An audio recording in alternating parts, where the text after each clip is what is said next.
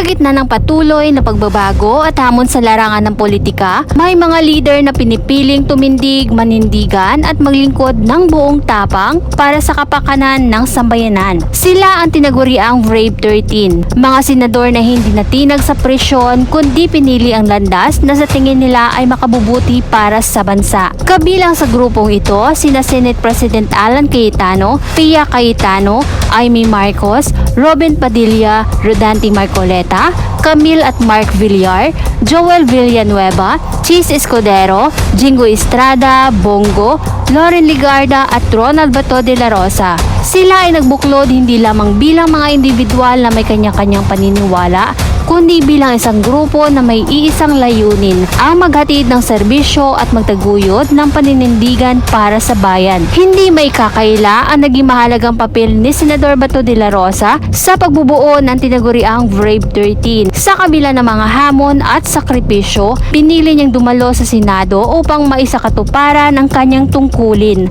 ang bumoto. Ang kanyang boto ng yes ay naging mahalagang bahagi sa pagluklok kay Senador Alan Cayetano bilang bagong Senate President kapalit ni dating Senate President Tito Soto. Ang hakbang na ito ay hindi lamang simpleng desisyon, kundi isang pagpapakita ng dedikasyon sa tungkulin at paninindigan sa kanilang paniniwala. Ang pagkakabuo ng Brave 13 ay sumisimbolo ng pagkakaisa sa kabila ng pagkakaiba-iba ng pananaw. Ipinakita nito na sa likod ng bawat desisyon ay may layuning maglingkod at magbigay ng direksyon para sa kinabukasan ng bansa. Sa kanilang mga aksyon, naipapakita ang tatlong mahalagang haligi: tapang sa pagharap sa hamon, paninindigan sa prinsipyo, at tapat na serbisyo sa bayan. Dagdag pa rito, naway sa kanilang matapang na pamumuno ay mabigyan na ng agarang aksyon ang isa sa pinakamabigat na suliranin ng bansa, ang mga palpak na flood control projects. Sa loob ng maraming taon, bilyon-bilyong pondo ang inilaan para sa mga proyektong dapat sanay nagpoprotekta sa mamamayan laban sa baha. Ngunit sa halip ay nagiging sanipan ng mas matinding pinsala at panganib. Panahon na upang busisiin, itama at panagutin ang mga may pagkukulang.